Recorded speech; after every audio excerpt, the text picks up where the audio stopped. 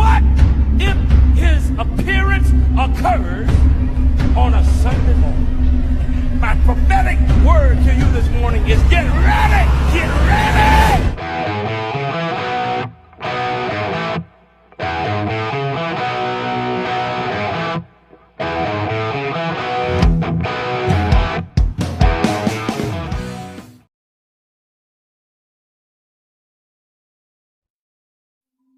Does something seem off to you?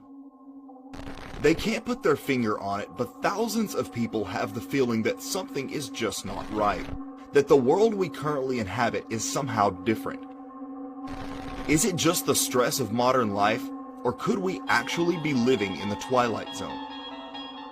As far out as it may sound, there may be more truth to that idea than we would like to believe. Parallel dimensions, portals, reality changes are not only the stuff of science fiction. According to physicists, there exist parallel dimensions, each containing alternate versions of our world and even ourselves. A little bit of deeper research reveals that not only do scientists at CERN hope to discover proof of these parallel dimensions, they want to open portals into them so that something from that other world can come into ours. Could such a doorway have already been created? If so, how would we know? What signs might be noticeable in our everyday life? In the Twilight Zone episode, The Parallel, written by Rod Serling, NASA attempts to send an astronaut into space, but instead, unknowingly, he ends up in a parallel dimension. A world almost exactly like the one he left, except for a few minor differences. In the present dimension, he's a colonel. In the past dimension, he was a major.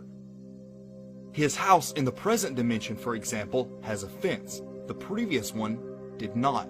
Minor changes that to all those around him had always been that way. What do you mean? That fence wasn't there when I left last week. Are you kidding me? That fence was there when we bought the house. Today, thousands of people have the strange feeling the world we currently inhabit has changed. They point to specific names, events, and things they insist are now different. The growing phenomena took off online, earning the moniker the Mandela effect. The phenomena was first noted in 2009 by paranormal investigator Fiona Broom, and gets its name from the African civil rights leader Nelson Mandela, who many remember as having died in the 80s, only to learn to their dismay that their memories were false, and he actually lived to be released from prison and become president of South Africa. A Mandela effect is when collective memories long held by masses of people turn out to be incorrect or false.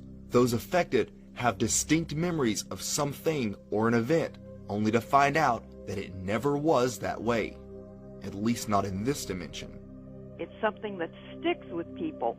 They know they remember it. They remember talking about it with their aunt, or, like in the Nelson Mandela situation, they remember seeing the funeral on TV day after day after day, the coverage.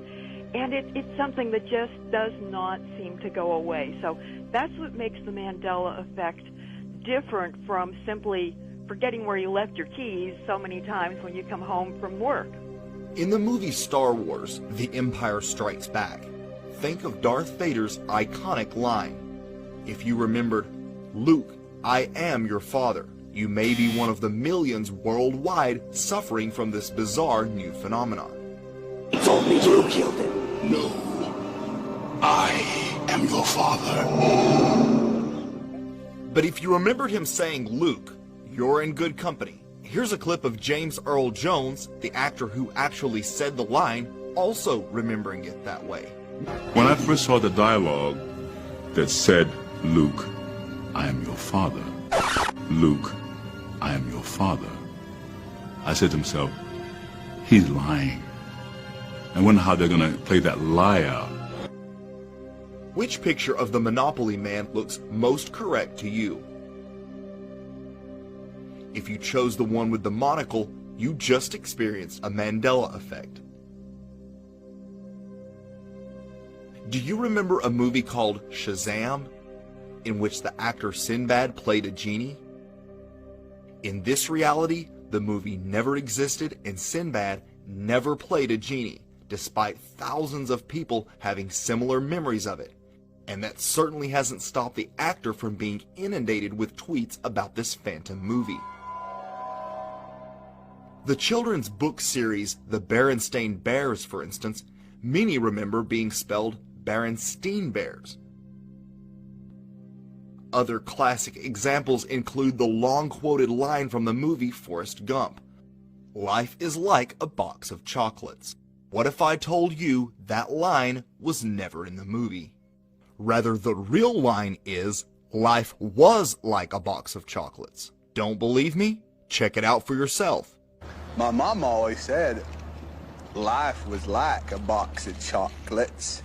Life was like a box of chocolates. You never know what you're going to get.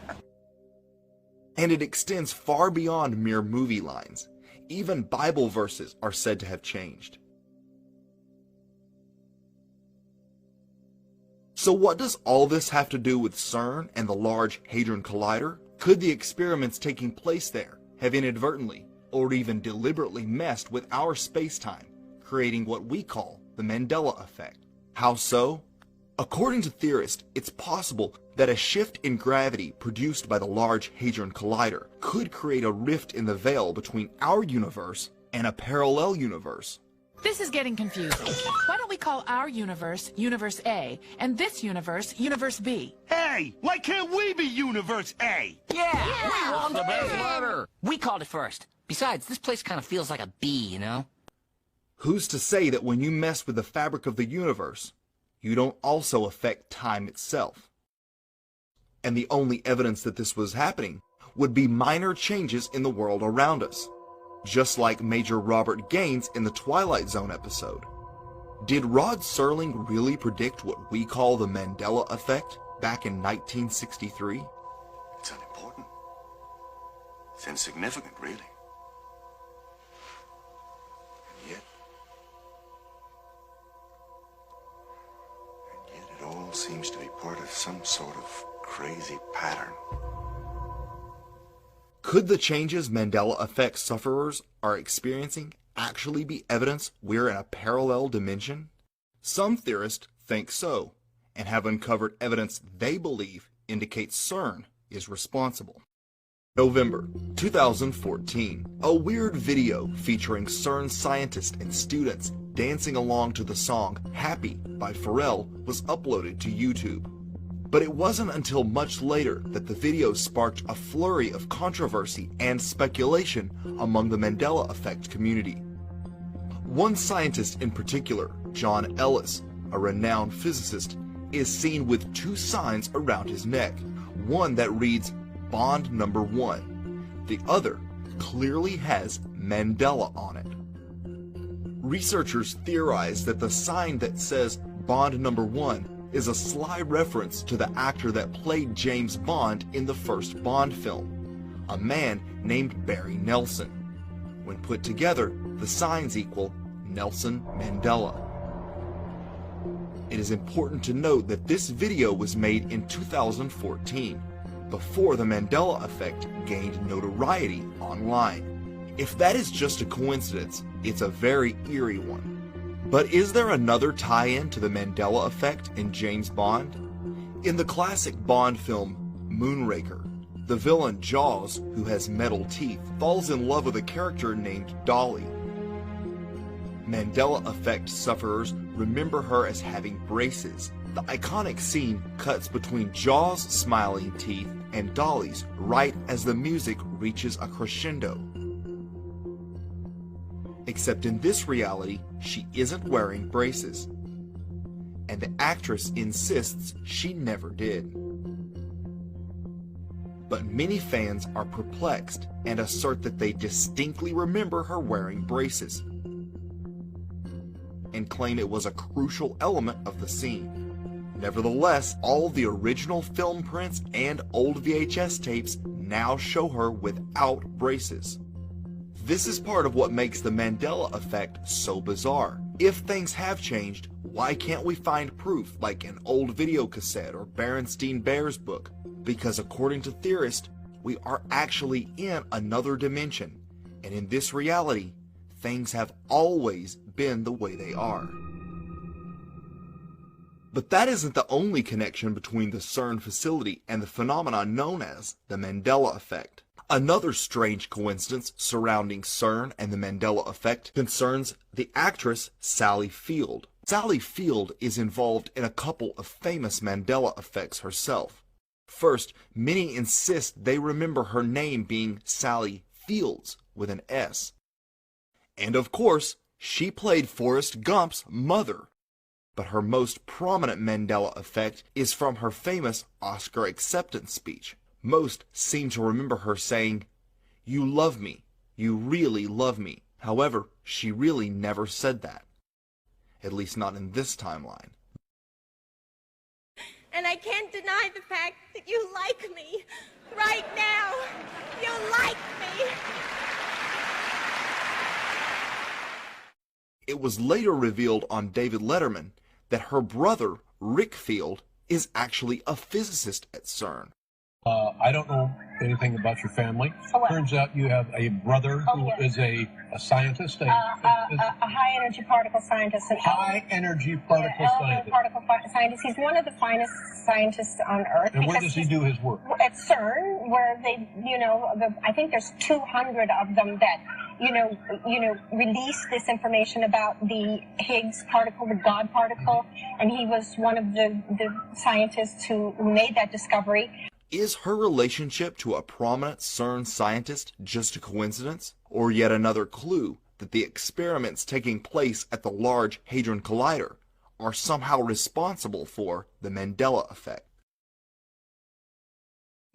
Sergio Bartolucci, former director for research and scientific computing of the facility, made headlines when he warned the super collider could open otherworldly doors to, quote, peer into this open door, either by getting something out of it or by sending something into it. Josh, what are they doing there at CERN with this Large Hadron Collider? What are they doing? Yeah, well, the official story, and what I believe that most physicists there would accept is quite simply they just want to smash particles together, try to discover new particles and put together the pieces of the building blocks of reality. But the really interesting thing is, and they make no secret about this. This isn't like a conspiracy or anything. This is right on their own website. Part of what they want to do is open a portal, and they even use this language, open a portal to a higher dimension or parallel dimension, parallel universe, and measure extra-dimensional space, but also communicate with any intelligences that might be inhabiting that space. These extra-dimensional beings could have intelligences vastly superior to our own, and some fear the consequences of inviting them into our world could be devastating. World-renowned physicist Stephen Hawking warned against creating such otherworldly doors, saying, "We may not like what comes through." When a group of Portuguese students visited the facility, they photographed large glass panels with strange writing on them, each in a different ancient language. The languages pictured are believed to be ancient Mandarin, Hebrew, and Sanskrit. Sanskrit is a long-dead language known only to scholars. It is one of the oldest written languages on Earth, also known as the language of the gods. This evidence has led some to speculate that CERN may be attempting to open a gateway into the legendary abyss spoken of in the Book of Revelation. And there is some evidence that the research being conducted at CERN might have more spiritual implications than we are being told. In front of the CERN facility stands a giant 12-foot statue of a Hindu god named Shiva, performing a strange dance. Who is this god Shiva, and why does CERN, a scientific research institute, display a giant statue of it. Shiva is the third and most feared god of the Hindu triad. It brings destruction, death, and war. It is also important to note that Shiva is surrounded by a wheel reminiscent of CERN's giant Hadron Collider. Could it be that ancient Hindus actually witnessed their god coming out of a wheel-shaped stargate similar to the Large Hadron Collider? And as if this wasn't enough, CERN created a strange, very occult video called Symmetry, in which scientists at the CERN facility actually performed Shiva's cosmic dance of destruction, the Nataraja. In this mysterious video, CERN scientists create a ritual circle and at times appear to become possessed. Why would CERN spend time and money on a bizarre video that has no scientific value? CERN claims the statue of Shiva was merely a gift from the nation of India, but why would the most feared god of the Hindu pantheon, the bringer of cosmic destruction, be the appropriate deity to represent the research taking place at CERN? This is where it gets even weirder. The facility itself is located near the French town of Saint-Genès-Pauli, which in the days of ancient Rome housed a great temple to the god Apollo, and derives its name from the Latin word for Apollo, Apolliacum. It was believed that this location was the gateway to the underworld, where Apollo himself was bound. And what are we to make of the fact that the CERN logo cleverly contains 3 sixes? Researchers point to these strange anomalies as evidence that there is more going on at the mysterious facility than the public is being made aware of. But if dark rumors surrounding the facility wasn't enough, a bizarre video was about to send internet speculation into overdrive. In 2016, a creepy video surfaced on the web entitled "Murder at CERN." It quickly gained attention worldwide, as it appeared to depict a nighttime ritual in front of the Shiva statue at CERN. Several robed figures emerged from the darkness and positioned themselves symmetrically around the lit statue. One of them is disrobed to reveal a naked woman who lies down. Then another hooded figure moves over her wielding a knife and thrusts it downward in a mock blood sacrifice. At this point, the cameraman becomes frantic and the footage soon cuts out. But is the video real? The footage was quickly denounced by CERN officials as a prank, saying it was just a case of humor gone too far. They spend billions of dollars, an estimated $30 billion, to find the Higgs boson, aka God particle, alone. But what has that discovery done to benefit humanity? And how do we know it hadn't previously been discovered? In a 1998 episode of The Simpsons, a cartoon often cited for its apparent predictions, Homer becomes an inventor, and in one scene, writes an equation on the chalkboard that works out to be the mass of the Higgs boson particle, 14 years before it was officially discovered. The story goes that one of the writers, David X. Cohen, worked with an astronomer friend of his to create the equation, but the odds of them randomly coming up with the exact formula would be like choosing winning lottery numbers. Was this just a crazy coincidence? The elite tend to retain scientific information from the general public until they are ready to release it.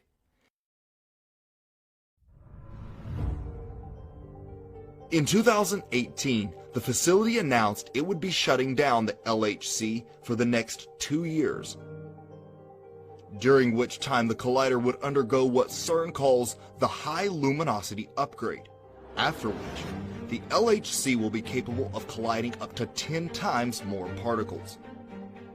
What surprises might we be in store for when an even larger Hadron Collider powers back on in 2021?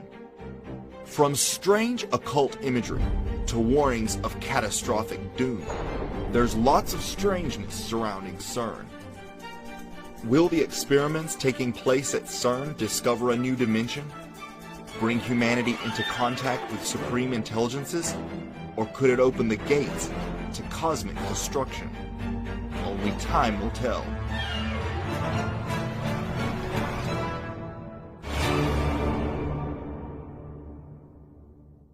Have you experienced a Mandela effect? If so, I want to know about it in the comments section. Do you think CERN is responsible? I would love to hear your opinions. Thank you so much for watching.